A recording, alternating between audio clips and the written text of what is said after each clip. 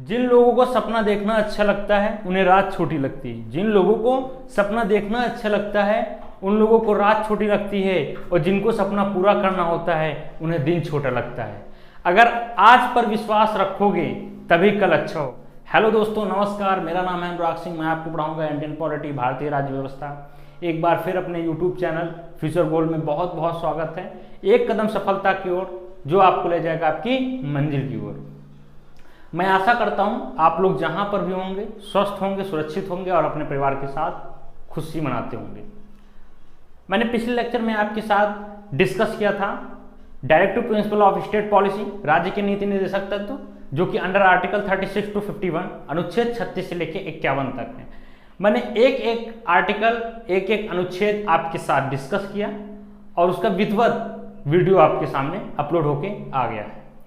उसी को कंटिन्यू रखते हुए मैं आज एक नए टॉपिक के साथ आया हूं, जिस टॉपिक का नाम है फंडामेंटल ड्यूटीज, मौलिक कर्तव्य। मौलिक कर्तव्य कैसे जोड़े गए, मौलिक कर्तव्य किस समिति की अनुशंसा पर जोड़े गए, मौलिक कर्तव्य का प्रावधान किस देश के संविधान से लिया गया, कितने मौलिक कर्तव्य हैं, कौन सा मौलिक कर्तव्य बाद में जुड़ा और किस संविधान संशोधन से जुड़ा, तो इस तमाम विषयों पर चर्चा मैं आपके सामने करूंगा। तो देखते हैं मौलिक कर्तव्य।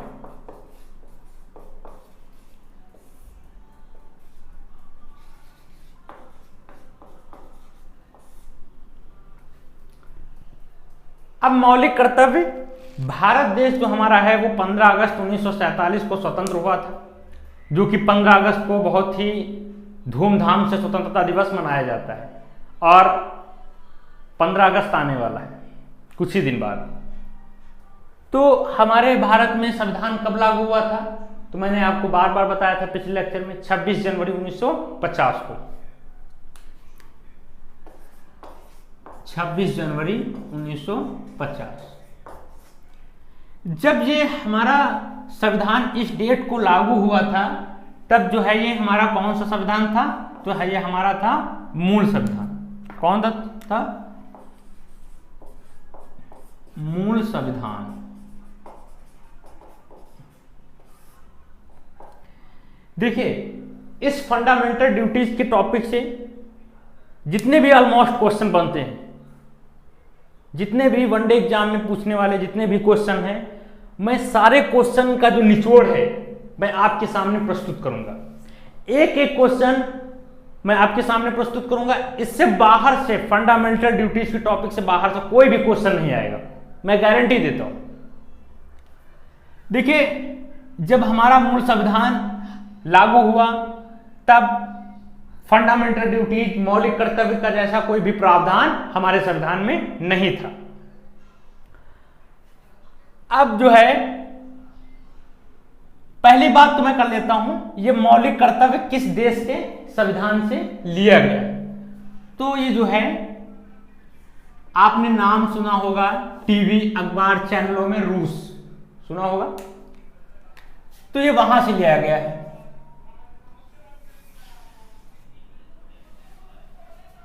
अब आप जानते हैं कि हमारा परम मित्र रूस है, पहले से जानते हैं।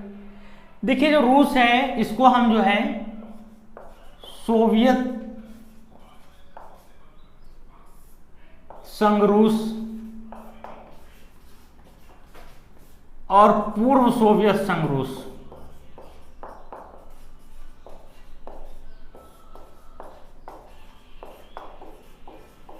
भी कहते हैं। इसके पीछे लॉजिक है कहने का।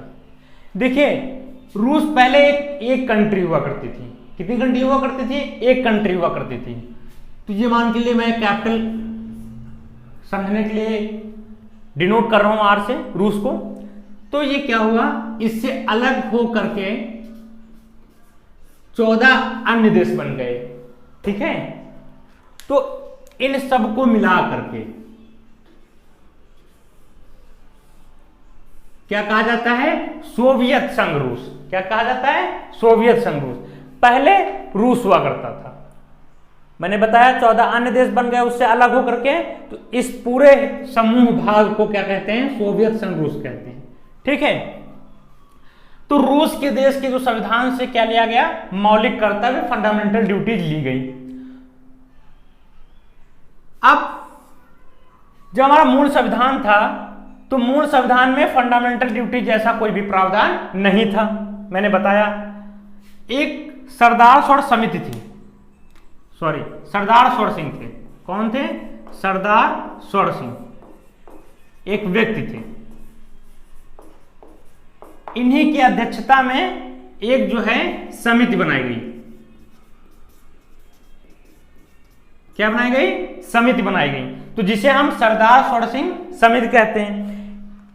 ये जो व्यक्ति थे ये बहुत ही महान थे। इन्होंने कहा कि जैसे फंडामेंटल राइट का प्रावधान हमारे संविधान में दिया गया है उसी तरह फंडामेंटल ड्यूटीज भी दी जानी चाहिए।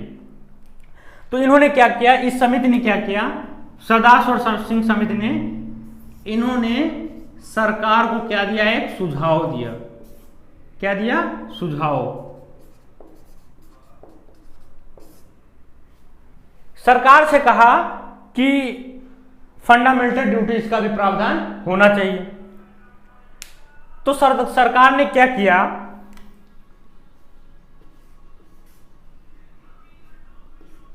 42वां संविधान संशोधन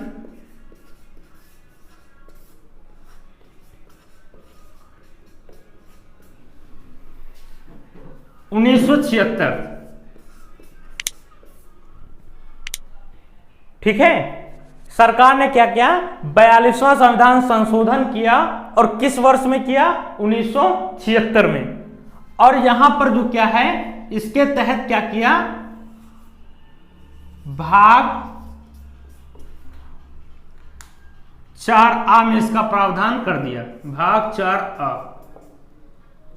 और किस अनुच्छेद में इसका उल्लेख किया?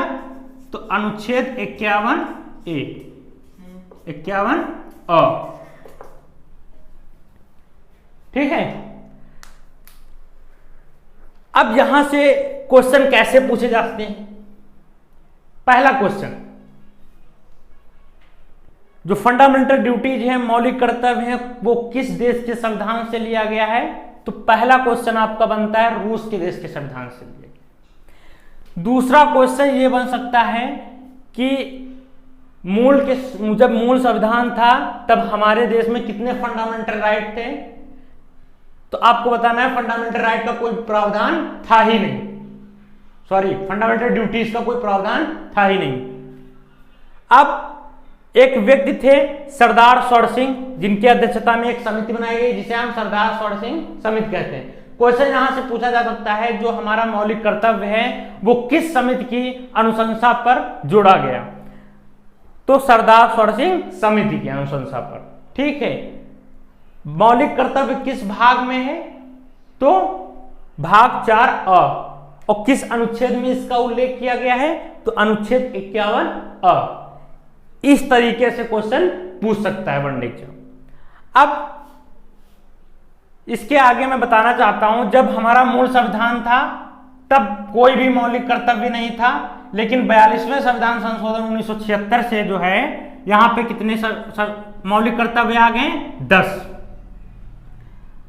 10 मौलिक कर्तव्यों को जोड़ा गया। 10 मौलिक कर्तव्य।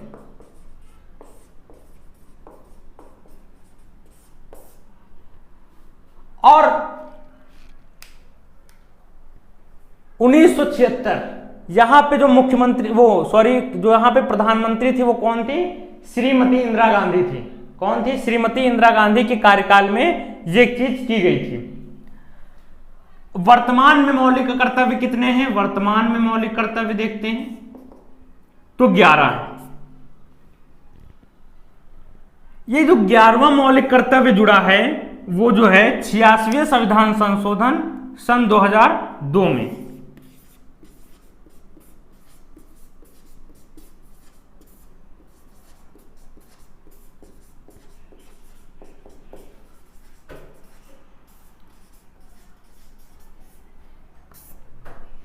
यहां से क्वेश्चन ट्रेंड में पूछ सकता है वनडे एग्जाम कि ये बताइए ये जो 11वां मौलिक कर्तव्य है ये किस संविधान संशोधन से जोड़ा गया? तो आपको बताना है 86वें संविधान संशोधन से।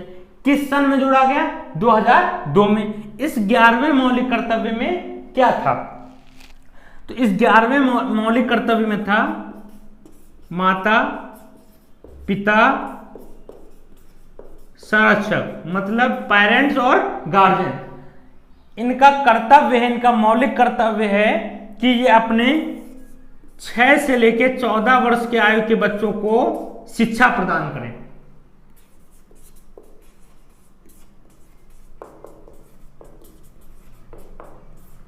बच्चों को शिक्षा प्रदान करें,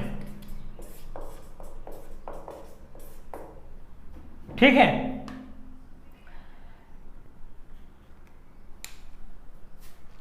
बयालीसवें संविधान संशोधन 1976 में कितने मौलिक कर्तव्य थे? 10 मौलिक कर्तव्य थे। और 86वें संविधान संशोधन 2002 से एक और कर्तव्य जोड़ा गया, जो टोटल आज की वर्तमान की स्थिति में 11 मौलिक कर्तव्य हैं। सबसे लास्ट वाले मौलिक कर्तव्य में क्या बताया गया है? माता पिता संरक्षक जो हैं वो उनका मौलिक कर्तव्य है कि अपने 6 से 14 वर्ष के आयु के बच्चों को शिक्षा प्रदान करें। यहां पर जो प्राइम मिनिस्टर थे वो कौन थे? अटल बिहारी वाजपेयी में सन 2002 में। तो ये चीज आपने चार्ट फ्लो के माध्यम से समझी। अब मैं जो है एक एक आपको मौलिक कर्तव्य बताता हूं। 1 से लेकर जो 11 तक मौलिक कर्तव्य हैं आपको स्लाइड के माध्यम से दिखेगा। जैसा कि आप देख रहे हैं अपने फोन स्क्रीन पर स्लाइड ओपन हो गई है, उस स्लाइड ओपन के अनुसार आप देखेंगे। देखिए जो मौलिक कर्तव्य खुल के आ रहा है, इस मौलिक कर्तव्य में क्या बताया गया है? पहला मौलिक कर्तव्य, प्रत्येक नागरिक का यह कर्तव्य होगा कि वह संविधान का पालन करें और उसके आदर्शों, संस्थाओं, राष्ट्रध्वज और राष्ट्रगान का आदर करें। मतलब क्या कहना है इसका? इस मौलिक कर्तव्य का कहना है कि जितने भी नागरिक हैं उनका यह कर्तव्य होता है कि अपने संविधान का पालन करें और अपने राष्ट्रध्वज, अपने राष्ट्रगान का आदर और सम्मान करें, ठीक है।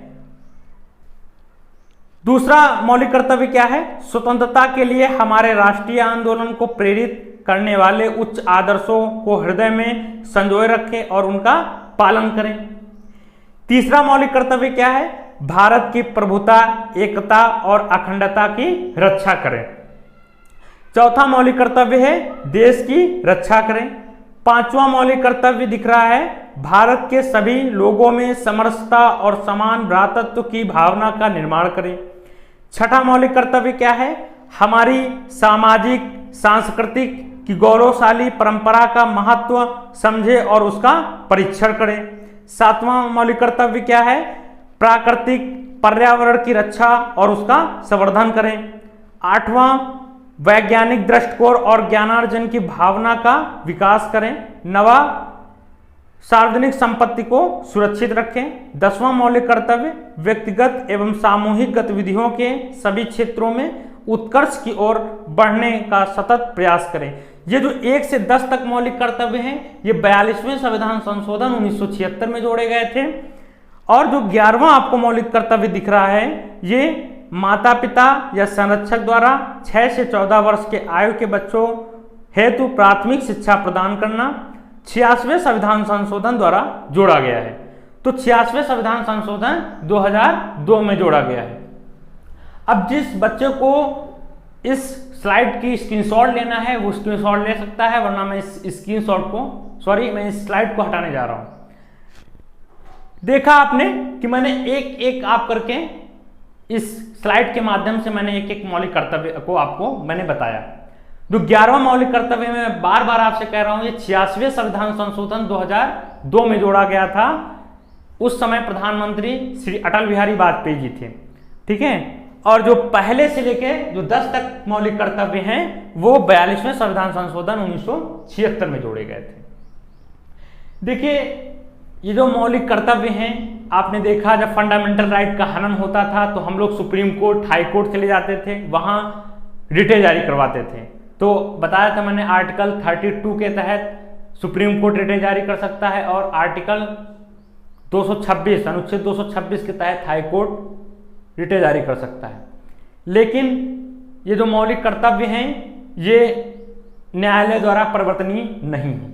अगर कोई व्यक्ति या कोई नागरिक इन मौलिक कर्तव्यों का पालन नहीं करता है तो न्यायालय उसको सजा या कोई किसी प्रकार का जुर्माना नहीं लगा सकती है।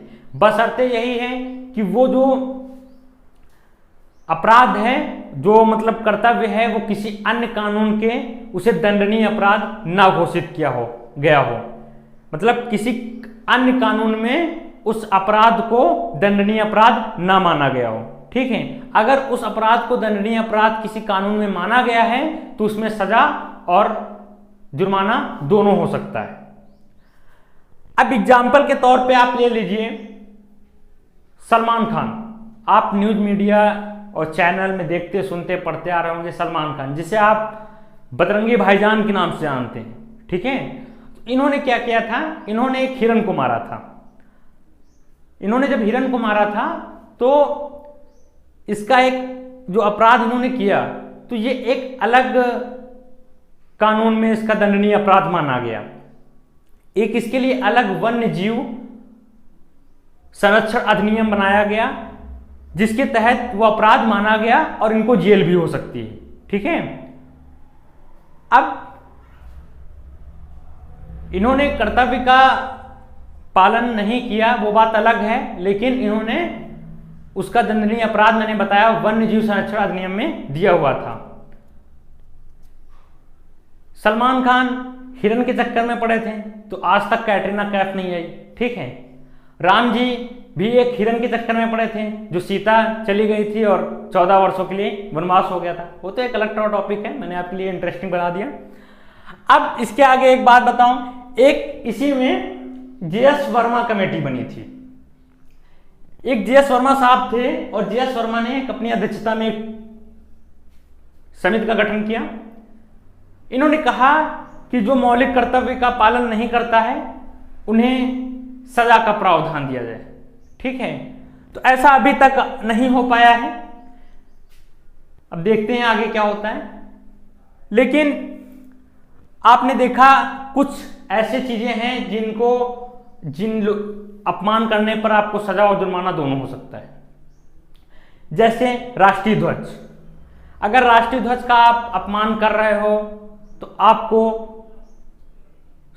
राष्ट्रीय संहिता 2002 इसका एक अलग बनाया गया था प्रावधान, तो इसमें आपको अगर आप उसका अपमान सम्मान नहीं कर रहे हो इस राष्ट्रीय ध्वज नेशनल फ्लैग का तो आपको सजा होगी और आपको जेल भी होगी। ठीक है, और इसी तरीके से अगर आप नेशनल सिंबल का आदर सम्मान नहीं कर रहे हो, राष्ट्रीय चिन्ह का मतलब सम्मान नहीं कर रहे हो तो उसमें भी आपको सजा होगी। राष्ट्रीय स्मारक का अगर आप सम्मान नहीं कर रहे हो तो उसमें भी आपको सजा होगी। जैसे एग्जाम्पल के तौर पे आप आगरा घूमने गए, अब आगरा आप घूमने गए तो वहां पे ताजमहल, तो देखा ताजमहल मुमताज की याद में बनवाया गया था, तो आपके अंदर भी वो प्यार, वो मोहब्बत, वो रासलीला आपके भी मन में जागृत हो उठी और वहां गए और आपने कहा मैं भी किसी याद में कुछ ना कुछ बनाऊंगा। तो आप गए और ताजमहल की दीवार में बहुत बड़ा सा दिल बना करके उसमें प्रेम भाव चीजें लिख करके आपने ये सब किया, तो आपको जेल हो जाएगी तुरंत, क्योंकि आपने राष्ट्रीय स्मारक को क्षति पहुंचाई, आपने नुकसान पहुंचाया। ठीक है, तो आपका कर्तव्य बनता है कि आप उस कर्तव्य का पालन करें, आपका यह अधिकार होता है कि आप उस कर्तव्य का पालन करें। ठीक है, जैसे राष्ट्रीय ध्वज का सम्मान करें, राष्ट्रगान का सम्मान करें और वन्य जीव जो हमारे पर्यावरण हैं उनका संरक्षण करें। ठीक है, ये सब चीजें जो मौलिक कर्तव्य हैं, इन सभी नागरिकों का दायित्व बनता है कि इन सब मौलिक कर्तव्यों का पालन करना चाहिए। अब एग्जाम्पल के तौर पे बता दें कि बहुत से ऐसे भारत में लोग हैं जिन्हें भारत माता की जय, वंदे मातरम, हिंदुस्तान जिंदाबाद ये सब कहने में उनको आपत्ति होती है, काफी दिक्कतें आती हैं।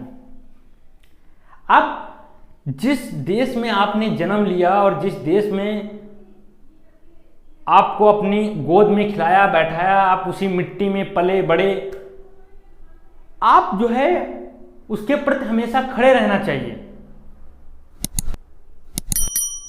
लेकिन वही है कि जब अगर आप मौलिक कर्तव्यों का पालन नहीं करते हैं तो आप न्यायालय में प्रवर्तनीय नहीं है। लेकिन अगर आप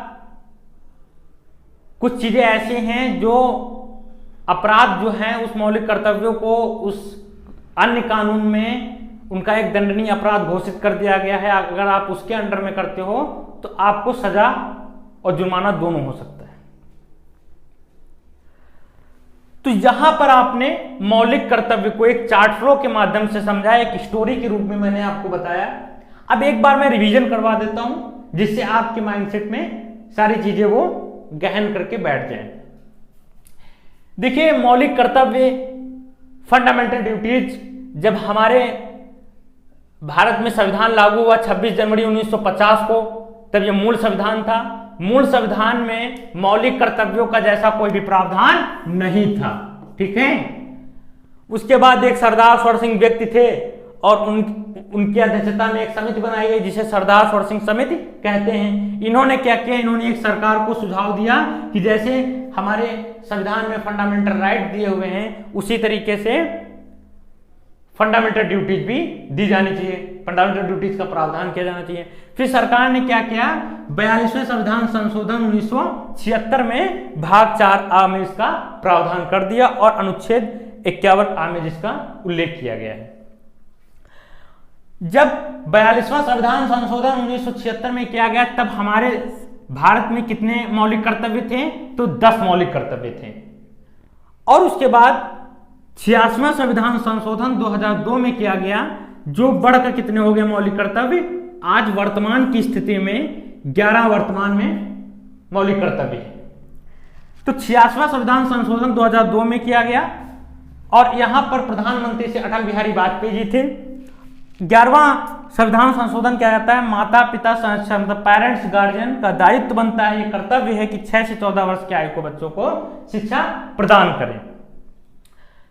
यहां तक आपने देखा, समझा और पढ़ा। क्वेश्चन इस तरह आपको पूछ सकता है। और मैंने एक चीज और आपको बताई थी, जीएस वर्मा एक कमेटी बनी थी जिसमें उन्होंने एक अपनी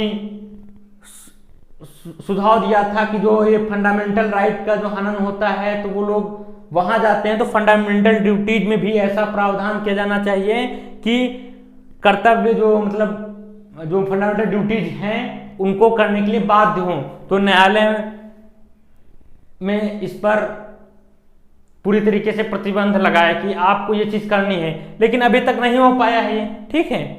तो अभी तक ये नहीं हो पाया है। मैंने आपको बताया ना कि अगर कोई व्यक्ति फंडामेंटल ड्यूटीज का पालन नहीं करता है, मौलिक कर्तव्य का पालन नहीं करता है, तो वो न्यायालय उसको सजा या दंडित नहीं कर सकती है। बशर्ते यही है कि वो अपराध जो उसने किया है वो किसी अन्य कानून में दंडनीय अपराध ना माना गया हो, ठीक है। मैंने एग्जाम्पल के तौर पे मैंने आपको सलमान खान वाला केस बताया।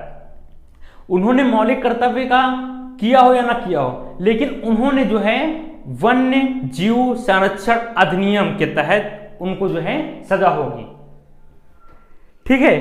तो ये चीजें आपने देखी। अब जो है आपने चार्ट फ्लो के माध्यम से भी देखा, 1 से लेके 11 तक मौलिक कर्तव्यों को एक एक करके दिखाया आपको मैंने। अगर यहां तक आपको कोई दिक्कत है किसी प्रकार की तो आप हमें कमेंट बॉक्स में लिखिए, मैं उसका आपको आंसर जरूर दूंगा। लेकिन इसके पहले बता दूं, आप जो कल लेक्चर वीडियो होगा वो हम बात करेंगे पार्ट 5, ठीक है। पार्ट 5 संघ की कार्यपालिका, तो उसका विधिवत आपके साथ डिस्कस करूंगा। और इस वीडियो में अगर कोई भी प्रॉब्लम है तो हम लोग हमेशा आपके लिए सदैव तत्पर रहते हैं। आप कमेंट बॉक्स में जैसे ही करेंगे मैं आपको उसका उत्तर दूंगा। और लगातार हमारी future goal team, teachers member team and technical team आपके साथ हमेशा जुड़ी हुई है। जब भी आप याद करोगे तब आपके साथ हैं। तो आप लोग जहां पर भी हों स्वस्थ हों, सुरक्षित हैं, पढ़ते रहिए, ठीक है। मेहनत ही रंग लाएगी। जय हिंद, जय भारत।